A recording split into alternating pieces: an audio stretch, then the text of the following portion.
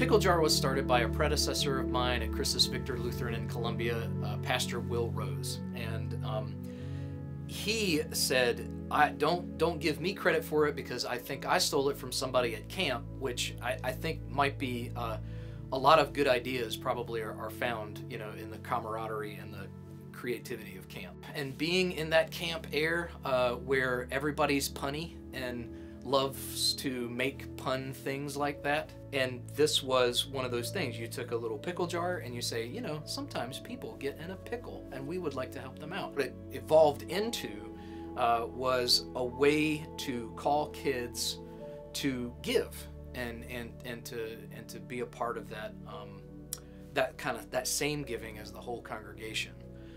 But it's easy to wrap your mind around, hey, you give this money that's yours to something that you can at least kind of understand. You can understand that somebody needs groceries, somebody needs gas, somebody needs help with a bill, and you're gonna help them get that.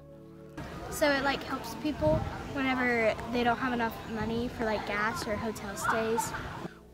For a while there was an encampment of homeless people in what I would call our church's backyard. It wasn't on our property properly, but it was just beyond. They camped back there, and so there were times when, you know, people needed real help, and sometimes when you had someone who kind of shows up, you know, the kids would see activity. They would see, you know, residents of the camp and in the encampment there, and so when you can say to somebody, hey, look, they really needed a place to stay, and we were able to give them a place to stay. That was one moment where I shared with the kids, hey, this happened.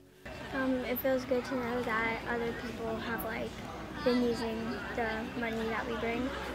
Kids can wrap their minds around a story that's involved with, hey, I helped somebody today because you gave.